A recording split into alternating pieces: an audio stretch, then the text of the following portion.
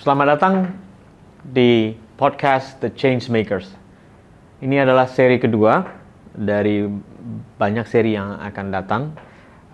Kita akan membahas banyak hal terkait bagaimana para individu-individu yang menjadi changemakers di dalam dunia marketing, di dalam dunia digital, dan juga bisnis. Dan pada hari ini, gua punya tamu yang cukup spesial juga. Boleh dibilang kalau pertama kali mendengar nama, dan dari dunia perbankan, dan pertama kali kalau mendengar nama bank ini, yang teringat di kepala saya adalah Messenger Apps. Saya di sini mendapatkan tamu yang cukup spesial pada hari ini, Pak Indra. Selamat datang ke acara podcast The Changemakers. Kayaknya jangan Pak kali ya. Gua lebih enak gue manggilnya Mas kali ya. Siap, Mas. Bang Roy. Yes, itu lebih enak lagi ya. Nah. Thank you nih, it's an honor. Thank you. Nah, mungkin agar teman-teman tahu, teman-teman yang mendengarkan dan melihat video ini akan tahu, kalau orang dengar pertama kali nama brandnya, yaitu Line Bank, di kepala saya mungkin yang karena generasi yang agak tua gitu ya, jadi yang pertama kali mendengarnya adalah ini Messenger Apps, ya karena kan ada kedekatan nama brand tersebut. Tapi sekarang ini bank. Betul. Atau layanan Line Bank. Mungkin boleh jelasin dulu kali kepada teman-teman, Line Bank itu apa sih? Gitu loh. Oke. Buat teman-teman, jadi Line Bank itu adalah aplikasi layanan perbankan digital. Ini adalah hasil kolaborasi, Bang Roy, antara Hana Bank Indonesia dengan Line Yahoo Corporations, which is kita itu adalah percampuran antara social networks, messenger, dan juga perbankan. Jadi di sini kita mau mengedepankan fungsi perbankan, tapi dengan konsep teman finansial. Intinya dari kita itu membuat aplikasi ini juga punya tujuan sebenarnya. Goal-goal finansial bisa tercapai, tapi kita bantu dengan kualitas nggak cuman hanya perbankan yang monoton, tapi juga kita benar-benar merangkul mereka, yuk jalan bareng-bareng. Nah itu mungkin yang jadi soul-nya Line Bank saat ini, gitu sih kurang lebih. Jadi teman finansial ya? Betul, teman finansial. Menarik itu karena pernyataan kata teman finansial itu adalah terutama di market Indonesia, di mana katanya berdasarkan riset kan financial literacy Indonesia itu tidak setinggi dengan di negara-negara yang lain. Ini adalah sebuah ajakan kan, dan mencoba merubah konsep bahwa menjadi atau sadar akan financial literacy itu adalah menjadi sebuah keharusan. Betul. Dan ini adalah untuk kalau secara segmen pasar sendiri ini men-serve segmen pasar apa aja nih? Ya, jadi karena kita tahu aplikasi atau digital ini kan memang merangkulnya lebih ke market yang lebih muda lah kita. Tapi kita juga punya misi itu sebenarnya mencerdaskan kegiatan finansial di Indonesia itu nggak melulu tentang hanya Gen Z, hanya milenial, tapi sebenarnya semua. Tapi kita memang punya fokus, yuk anak muda sebagai generasi yang akan lead di masa yang mendatang, benar-benar tahu nih how to really manage financial, yang jadi kunci keberhasilan juga dalam hidup sih para. Iya. Nah ini kan berarti memasarkan dan mengkomunikasikan hal tersebut di Gen Z, jadi kan berarti cukup widespread ya? Cukup lebar ya, betul. Berarti multiple campaign harus dilakukan, karena setiap segmen itu juga akan berbeda, ya kan, segmen kode itu. Nah, Pak Indra, Mas Indra, Mas Indra sendiri sudah berkutat di Line Bank cukup lama ya? Cukup lama. Berapa tahun sekarang, Mas? Mungkin sekarang hampir 4 tahun. Hampir 4 tahun. Berarti kan running banyak campaign tuh? Betul. Kalau kita namanya running campaign kan yang selalu didengar adalah yang keren-keren, dapat award, dapat pujian dari luar. Tapi pasti kan ada yang mungkin nggak semua orang tahu. Pasti ada pada saat running campaign tiba-tiba kita lihat, waduh, kok kita ngelakuinnya gitu ya? Pertama terkejut, khawatir, ternyata bisa jadi tertawa karena setelah kita lewatin. Tapi ada sesuatu yang boleh dibilang kecelakaan kecil yang menyebabkan campaign itu tidak langsung sesuai dengan yang kita harapkan. Ada nggak cerita seperti itu, Mas? serunya ada nih Pak. Oke. Jadi kita punya satu momen panik dulu, itu adalah ketika kita biasanya kan yang namanya kita rilis feature ke nasabah atau ke audiens juga, kita coba komunikasiin, kita coba scheduling gitu ya. Biasanya suka balap-balapan nih sama product team. Oke. Nah, itu kita udah istilahnya mempersiapkan jadwalnya, segmentasinya secara jelas gitu ya. Di mana di akhirnya itu kita baru diberitahukan bahwa wah sepertinya kita harus delay. Nah, ini mungkin uniknya ya, kita keburu rilis tuh campaign-nya. Harusnya di-delay tapi kemudian dirilis. Iya, di aplikasi itu udah muncul dan orang jadi bertanya-tanya. Di saat yang bersamaan, wah panik banget nih, gimana nih kita resolve ini ya. Nah, dari situ kita justru punya penanganan, kita nyebutnya bukan masalah saat ini, kita juga pengalaman ya. Itu kita ngelihatnya adalah, gimana kalau kita twist around. Jadi mungkin gayanya semacam kayak prank or April Mop, tapi orang jadi menunggu. Dari situ kita punya sebuah insight, mana sih yang loyal dan mana yang tidak. Nah, ini yang jadi kunci pembelajaran kita. Oh, ternyata ada loh yang menunggu-nunggu ini. In a good way ya, jadinya. Dan di saat yang bersamaan, jadi kita punya validasi juga sih ke teman-teman produk. Ini mereka benar-benar mau nih. Valid produknya. What we call MVP itu tuh ditunggu-tunggu orang. Nah, dari situ yang memang secara campaign itu juga kita belajar, selalu ada yang namanya mishap. Dan tapi juga a good timing dan a little bit pinch of luck itu juga play around ya gitu sih. Saya senang kata-kata there's a bit of luck. Karena a bit of luck itu 1%, 2% itu juga membangun kita untuk lebih kreatif juga. Betul. Menariknya adalah tadi bicara mengenai segmentasi, bicara mengenai loyalis gitu. Nah, pada saat dapat data bahwa ternyata jadi dari negatif, it's become your flip side, malah jadi positif. Betul. Negatifnya kan berarti rilis campaign belum saatnya. Pada saat rilis campaign, kemudian diadakan countermeasure-nya lah, gitu. Ternyata yang didapatkan adalah informasi yang penting untuk mengetahui apakah dia loyalis atau enggak. Betul. Ini story sebelum mengetahui loyalisnya dulu. Tadi. Mungkin saya agak mundur dikit nih. Bagaimana caranya mengetahui kemarin itu? Itu adalah customer kita yang loyalis, apa survei kah atau apa berdasarkan campaign tadi itu. Jadi itu gimana caranya? Jadi part ini adalah aplikasi digital. Kita tahu banyak perangkat-perangkat ya, kayak CRM untuk membantu kita ngelihat insight mana aja sih yang benar-benar actively menggunakan servicesnya, mana yang tidak, mana yang hanya ya mungkin hanya sesaat saja gitu ya. Itu kita benar-benar menggunakan perangkat sebenarnya.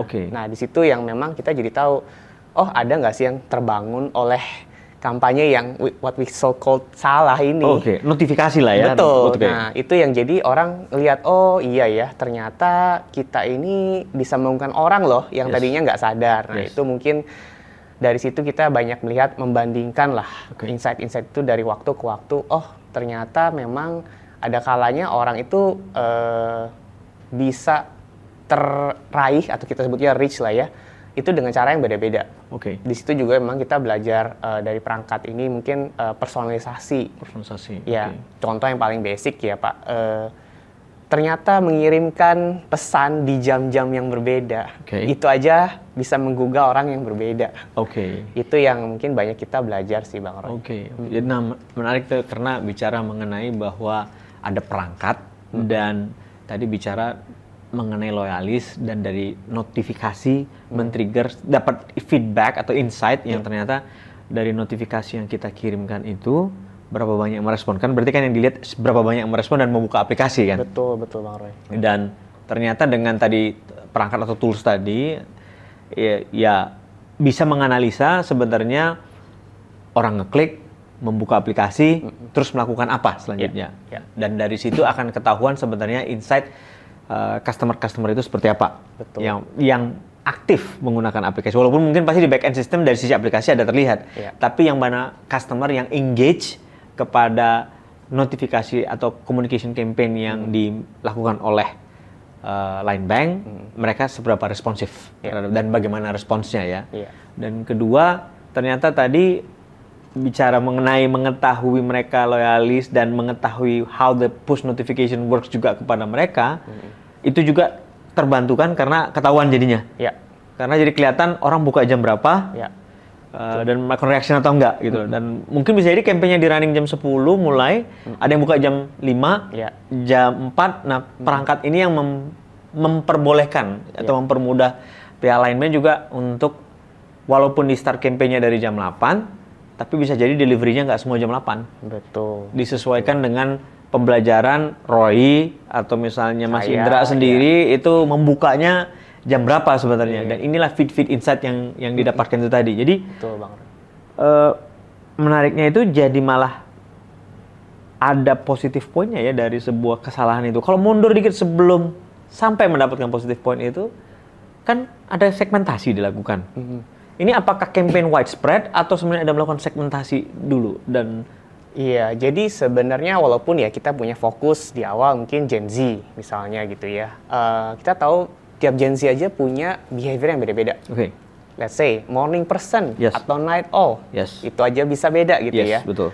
Nah, itu juga kita coba lihat sih di situ part di mana keberadaan nggak ya cuman perangkat doang ya, tapi kita coba menyelami lah individualitas ini tuh seperti apa sih. Karena layaknya setiap orang pengen di-treat beda-beda. Nah, itu yang biasanya kita coba belajar banyak, nggak cuman dari perangkat ya, bisa dari social network juga kita lihat gitu ya, insight-insight seperti apa gitu. Nah, dari situ kita coba cari gitu ya, biasanya apa sih yang benar-benar relate gitu ya, pesan apa ataupun yang part of engaging yang mungkin banyak ditelaah sama kita sih. Mungkin banyak belajar sih sebenarnya di kondisi itu segmentasi tadi yang Bang Roy sebutin ya.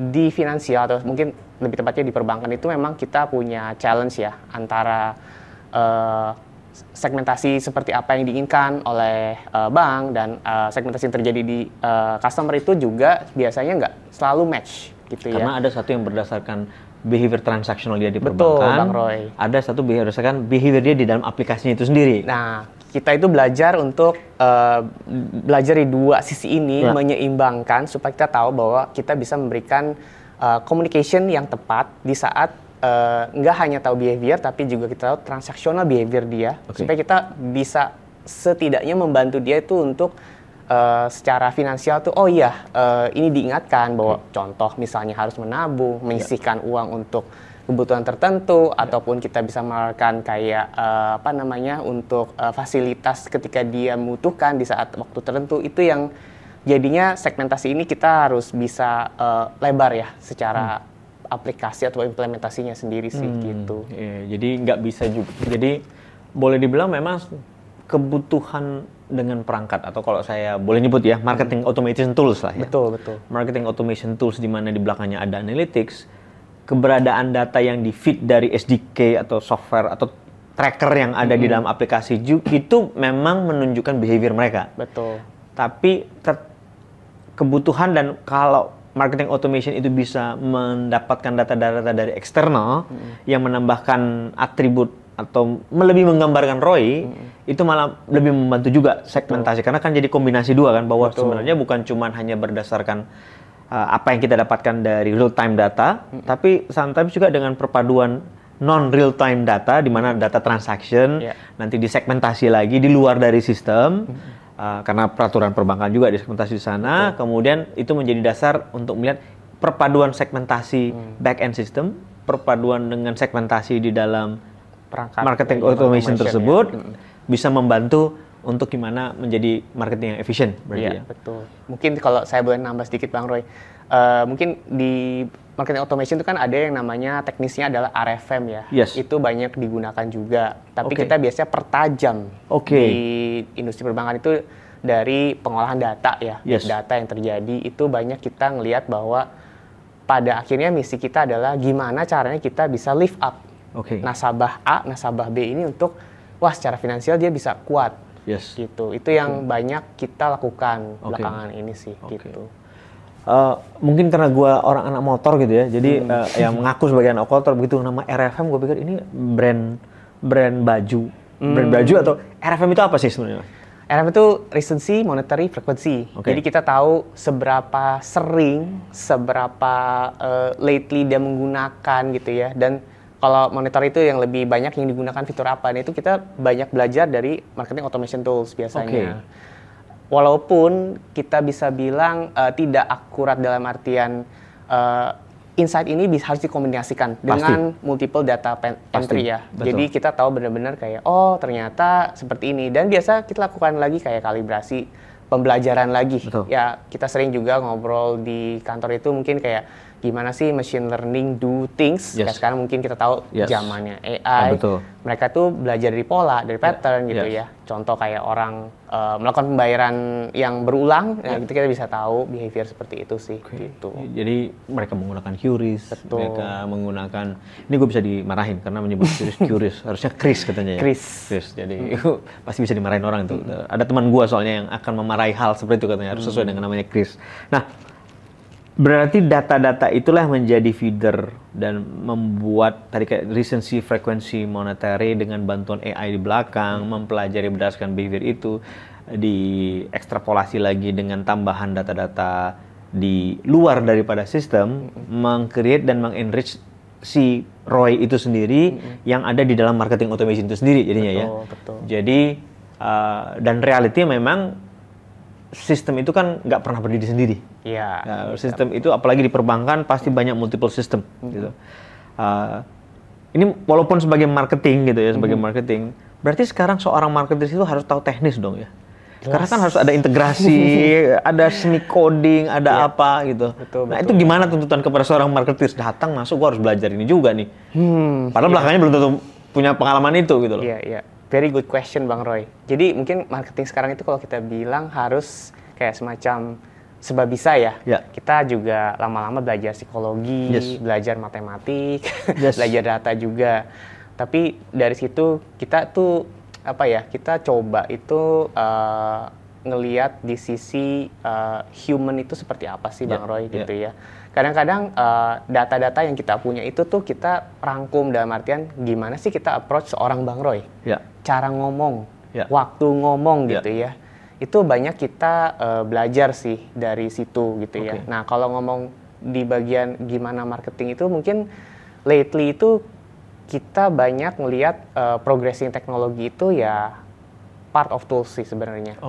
Tools itu jadi banyak menjadi mitra kita untuk banyak belajar sih. Tapi yang pasti soul-nya marketing itu sebagai komunikator tuh harus tetap punya misi. Kita menyampaikan pesan lah intinya yang memang relate.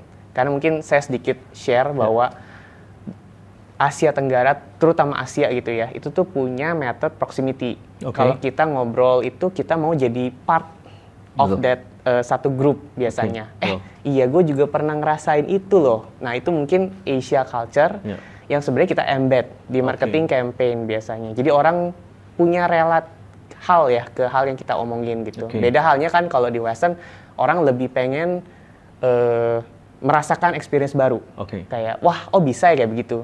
Nah, sedangkan kalau di Asia itu iya, saya juga begitu. Nah, itu yang kita coba banyak belajar di sisi teknologi itu untuk mengolah insight, jadi tahu how to talk with the person gitu ya. Itu bisa ketahuan karena tentunya pada saat kita send campaign gimana respon orang berarti ya. Jadi marketing automation ini juga ngebantu untuk ngasih tahu dari 4 campaign yang berjalan atau kalau katanya bahasa teknisnya A/B testing juga bisa melihat sebenarnya bahwa campaign kalau dilakukan A dibandingkan dengan dilakukan B itu berbeda hasilnya. Kemudian mengirim campaign kepada semua dengan campaign yang sama pun dibukanya berbeda-beda. Jadi even dengan messaging yang berbeda dibukanya juga berbeda-beda. Dan juga kalau tadi bicara sekarang dengan adanya tools marketers itu bukan harus berarti gue harus belajar programming, tapi sebenarnya udah ada sistem yang bisa ngebantu juga untuk memberikan kalau saya bilang prediktif modeling. Tanpa kita harus belajar algoritma prediktif ya. Tapi kita menjadi dasar logika kita ini prediktifnya dia masuk akal nggak, ya kan? Dan untuk menekankan lagi kepada tadi masalah proximity, Karena kan dengan semakin proximity itu ada memang benar bahwa orang Asia lebih kepada proximity itu dalam kedekatan kepada siapa yang bersama-sama merasakan. Sementara in Western world itu lebih kepada me. Iya, betul. The individual me ya. gitu loh. It's not about me being there. Walaupun kalau saya menyebutnya Western world itu malu-malu menyebutkan mereka itu adalah komunal. Iya, tepat tuh Pak. Padahal mereka komunal, tapi Iya, malu-malu menyebutkan bahwa mereka itu it's komunal, it's about me, gitu kan, karena perbaikan itu. Nah, kan tadi tools, kemudian bicara mengenai marketing, terus bicara belajar marketing, ya kan, dari teori, dari segala macam. Yang menurut Mas Indra bukan berarti apa ya, kalau dibilang overrated, mungkin kesannya terlalu keras, but dari marketing wisdom yang kita terima dalam pembelajaran, training, experience, conventional wisdom dengan perkembangan teknologi, dengan ada itu, mana yang kategori, kalau Mas dengar kayaknya dulu bilangnya A, it's overrated. Interesting nih, interesting. Mungkin saya coba kepikir itu dalam 10 tahun terakhir, seingat kita ya, Bang Roy. Pernah dengar istilah kalau nggak viral itu nggak keren. Nah, ini secara pribadi ya, disclaimer. Saya ngelihatnya itu something yang terlalu overrated, dalam artian diagung-agungkan ya. Karena gini, saya juga sama teman-teman tim gitu juga sering kita bikin campaign yang sifatnya, yuk kita matriksnya adalah viral nih. Karena mungkin ini adalah tolak ukur yang bisa dilihat sama perusahaan tuh kayak, wah kelihatan, kedengeran, dan lain-lain. Tapi dalam beberapa tahun terakhir, saya lihat tuh ternyata campaign yang kita notabene bilang itu viral, itu belum tentu memberikan kontribusi. Dalam artian ya mungkin ke perusahaan ya. Nggak artinya tuh bisa sustainable. Itu yang mungkin kita lihat. Jadi kita daripada memilih untuk jadi viral, kita lebih baik engage, engagement rate ataupun hal-hal yang istilahnya tuh lebih sustainable. Kenapa saya bilang gitu, Bang Roy? Jadi gini, kita punya satu campaign di mana kita udah rilis mungkin 3-4 bulan lalu. Di awal kita rilis itu tidak kelihatan traction-nya lah ya. Tapi setelah kita berusaha untuk berdialog lah ya di dalam social network itu sama audience, ternyata itu bisa membuat trigger buat mereka, oh iya ternyata relate, dalam artian ini engage ke mereka punya pikiran ya. Yang sebenarnya campaign itu secara nggak langsung membawa atau drive trafficnya itu bisa ke level akuisisi.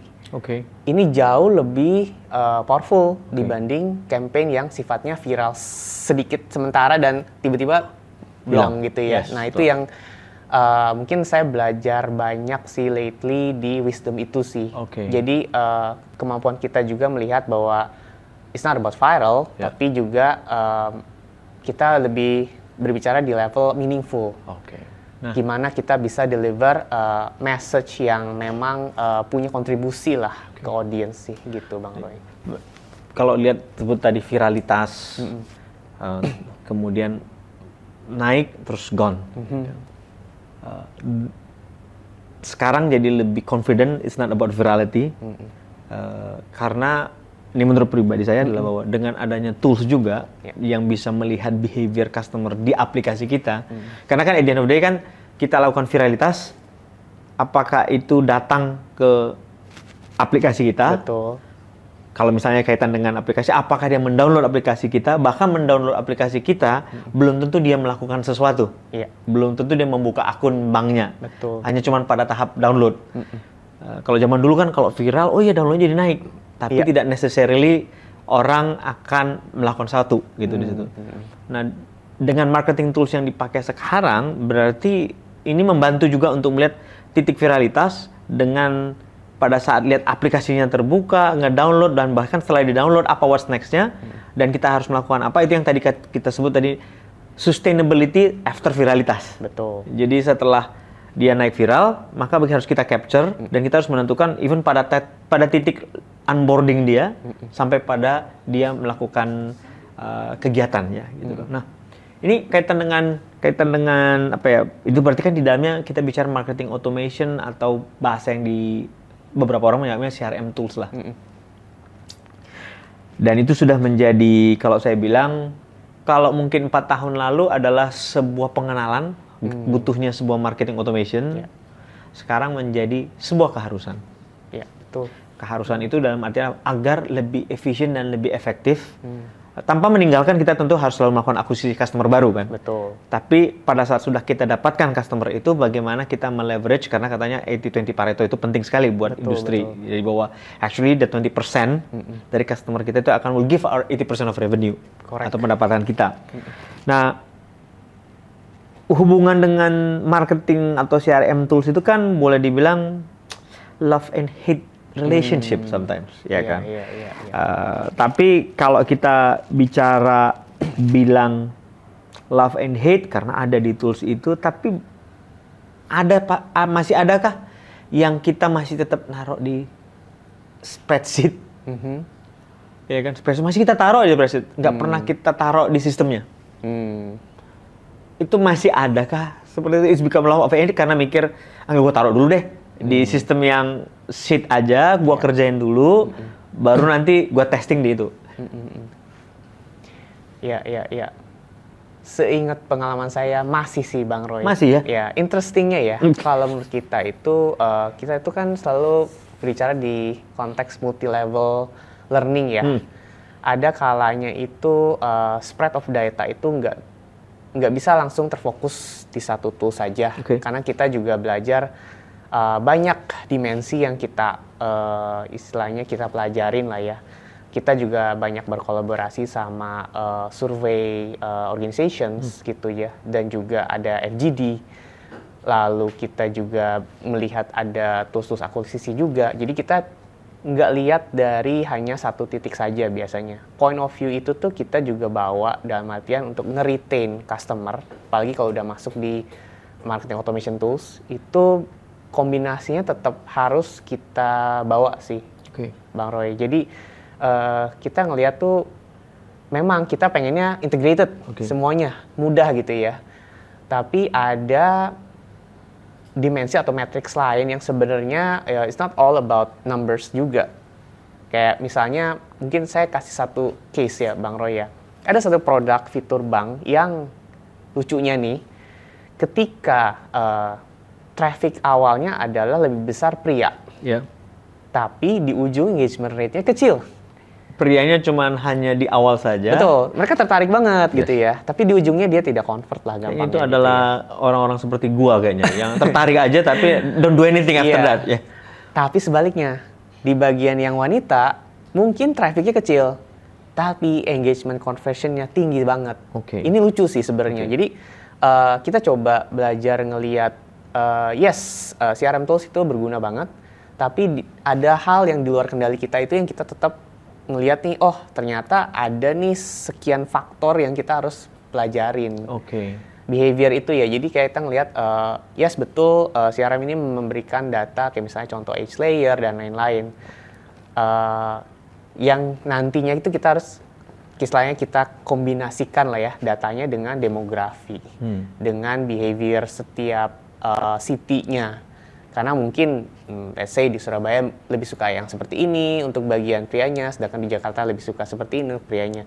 Itu yang kadang-kadang kita benar-benar boleh dibilang harus versatile ya ngelihat hal seperti itu sih, Bang Roy. Berarti selingkuh dong dari CRM sistemnya?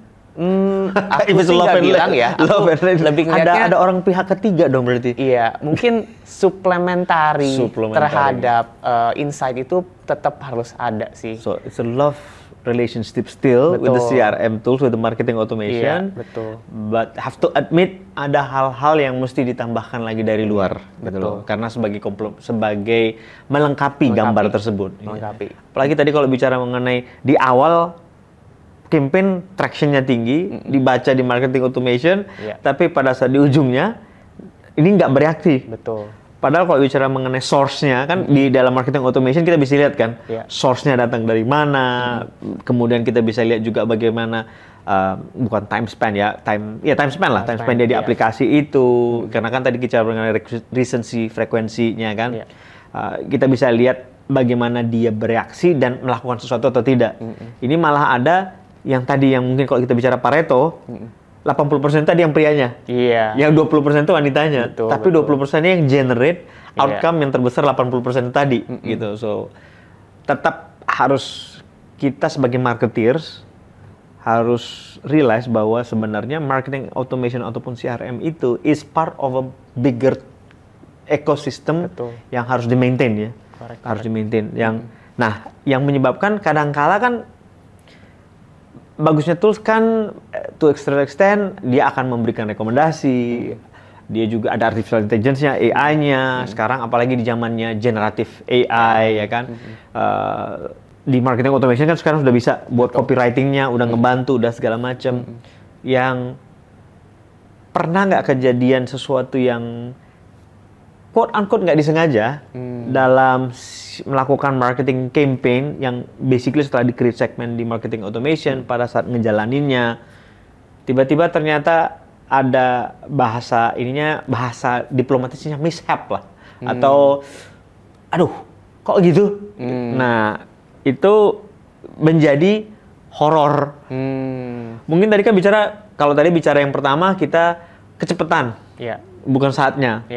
Apakah itu cerita sama juga? Itu akibat juga pada saat horror story menggunakan CRM atau ada nggak horror story yang sebenarnya? Apakah itu kategori horror story-nya atau ada horror story yang lain? Kalau di marketing Bang Roy, horror itu mungkin almost daily basis ya. Jadi dalam artian gini. Makanya gue juga bukan orang marketing juga ya. Kayaknya panic mode gitu panic mode ya. Iya. If something's not burning, we're not working. Iya, betul. Nah mungkin ada mungkin case di mana kita pernah misplace segmen. Jadi contoh kan ada produk tertentu yang memang kategorinya untuk let's say seniors dan ada yang untuk muda ya. Kita pernah mungkin kesalahan untuk mismatch segmen yang sebenarnya ternyata setelah kejadian itu tuh kita melihat ada hal yang baru ternyata. Belum tentu, nah ini mungkin kata kuncinya, belum tentu yang senior itu tidak suka hal ini. Belum tentu yang muda belum dengan hal yang ini gitu ya. Jadi kadang-kadang yang tadi kita balik ke konteks A/B testing itu manusia itu selalu berubah sih, berevolusi dari waktu ke waktu. Saya mungkin yang 3 hari lalu dengan saya yang hari ini bisa punya pandangan yang beda gitu ya. Karena kita kan tetap evolusi ya terhadap informasi dan lain-lain. Mungkin dari situ sih saya ngelihat kita sebut kesalahan bukan sih menurut saya, tapi pembelajaran gimana kita berani mencoba dan melihat ternyata banyak hal di luar kendali kita yang sebenarnya kita udah project di awal dengan prediksi itu belum tentu works, dan dikebalikannya hal yang kita tidak duga bisa jadi works. Itu part of the horror story yang mungkin saya sih thankfully dapat hal itu, jadi benar-benar bisa ngelihat kita itu istilahnya grow every day gitu ya, belajar ngelihat bahwa setiap manusia pasti beda gitu ya, setiap orang itu kita bisa lihat secara insight overview-nya seperti apa, dan at the end of the day kita bisa tahu bahwa how we help people because that's our motto ya, becoming a friend itu buat orang sih. Tadi disebut mix match, 2 segmen yang berbeda. Mismatch segmen ini tuh biasanya happen dalam artian gini Bang Roy. Kita biasanya setiap bulan itu kan kita punya kayak editorial meeting untuk melihat bahwa which features in certain communication bisa kita drive dan kita deliver gitu ya. Kadangkala itu kita belajar dari CRM juga itu mencoba ngelihat bahwa orang ini kayaknya belum pernah terpapar di kind of product gitu ya. Dan itu dari tools. Jadi tools pada saat segmen dapatkan data itu terus di mix match itu, jadi di dalam tools itu sendiri di mix and match. Itu ada manual intervention-nya berarti. Pasti ada. Karena kan kita juga ada multiple data entry ya. Setelah kita lihat ternyata ini yang terbaik gitu Yes. ya. Nah, segmen itu kan juga kita selalu ngelihatnya layers. Ya.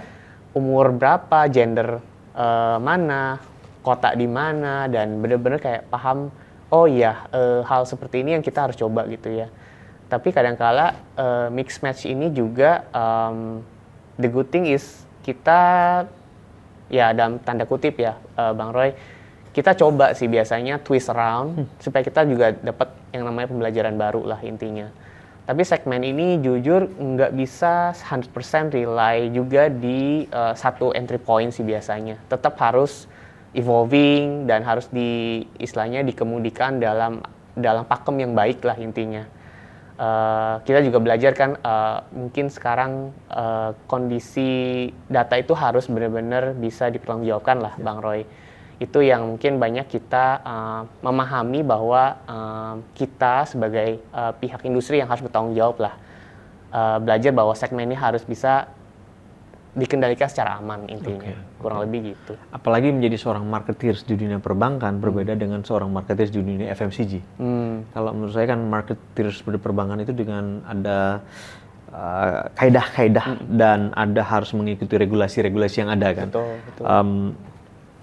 Jadi sebuah sistem yang bisa membantu juga untuk even sistem yang bisa membantu copywriting dengan generatif AI tadi, tetap seorang marketeers harus berpikir gimana caranya untuk bisa melihat apakah ini sesuai dengan regulasi. Iya kan? Kan tidak boleh overpromise, tidak boleh menyebutkan apapun. Betul. Tapi tetap harus kreatif. Betul banget. Jadi antara between your left brain and right brain itu sering berantem karena harus memix antara ini dua kan. Karena yang logikanya kita bisa bilang bahwa ini kreativitas kita harus begini. Logika kita bilang bahwa ini nggak boleh.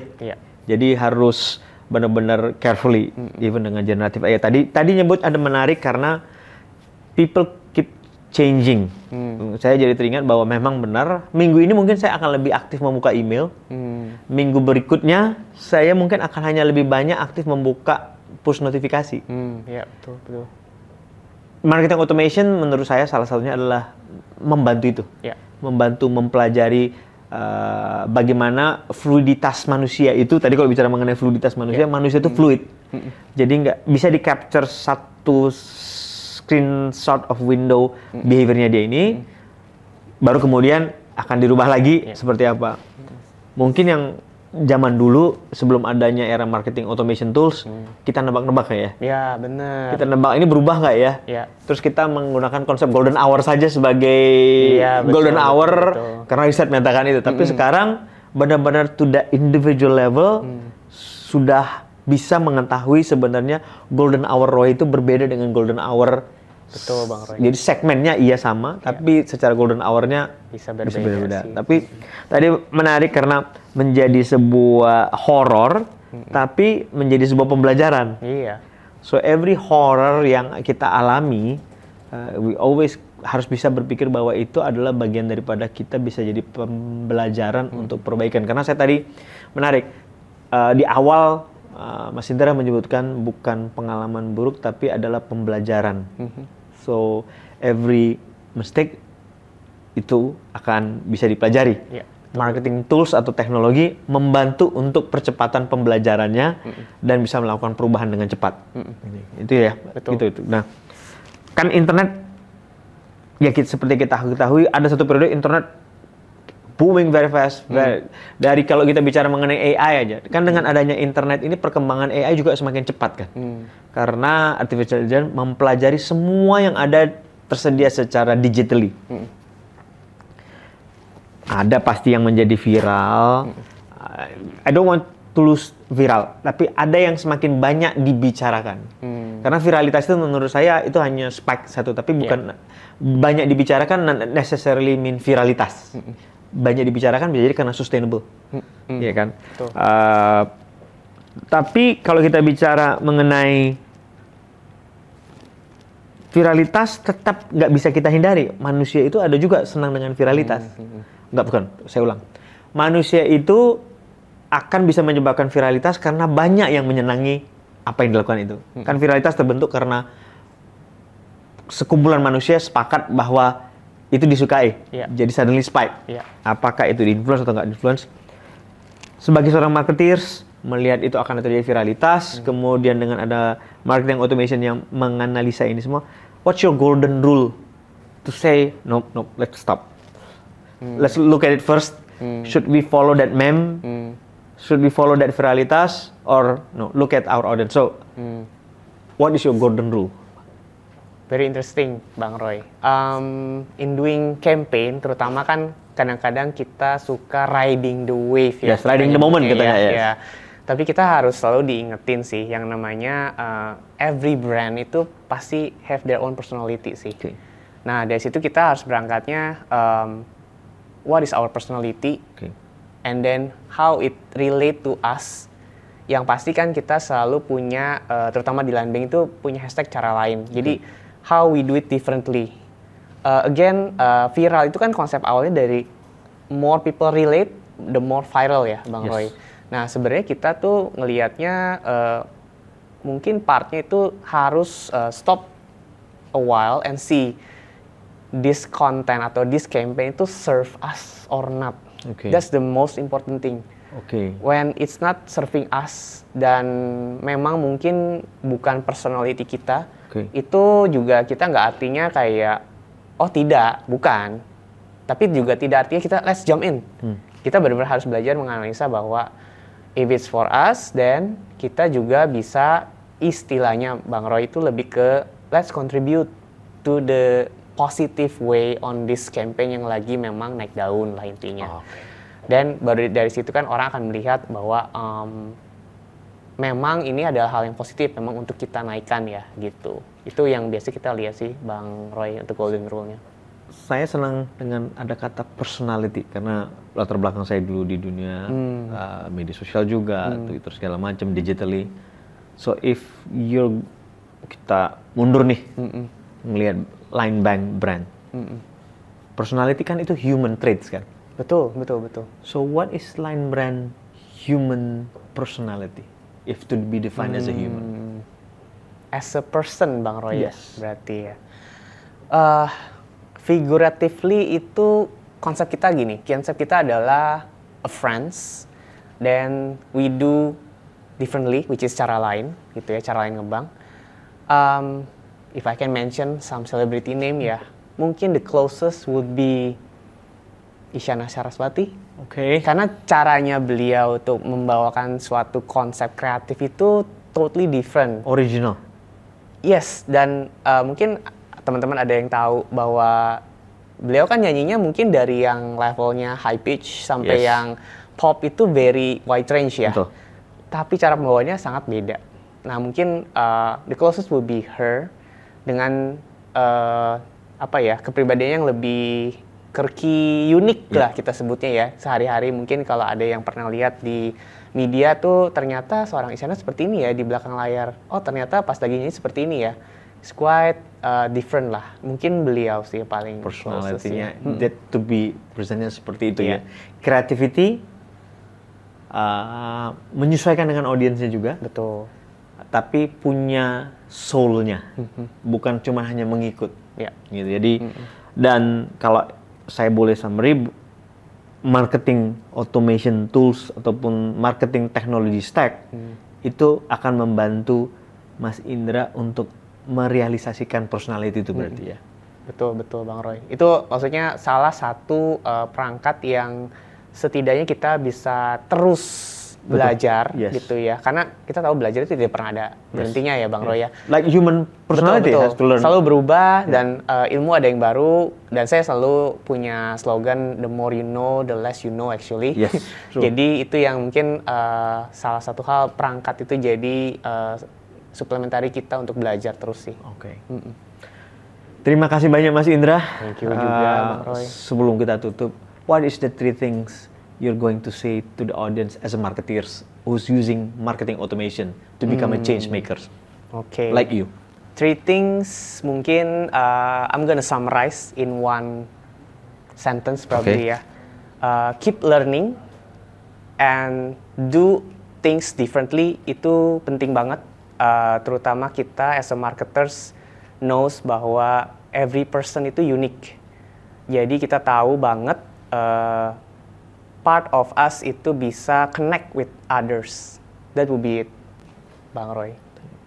Thank you very much, Mbak Indra, karena thank you. sudah hadir di podcast The Changemakers dan mendengarkan how you change things, how you turn around from horror story become something of a learning, how you use technology juga untuk bagian daripada become a changemakers.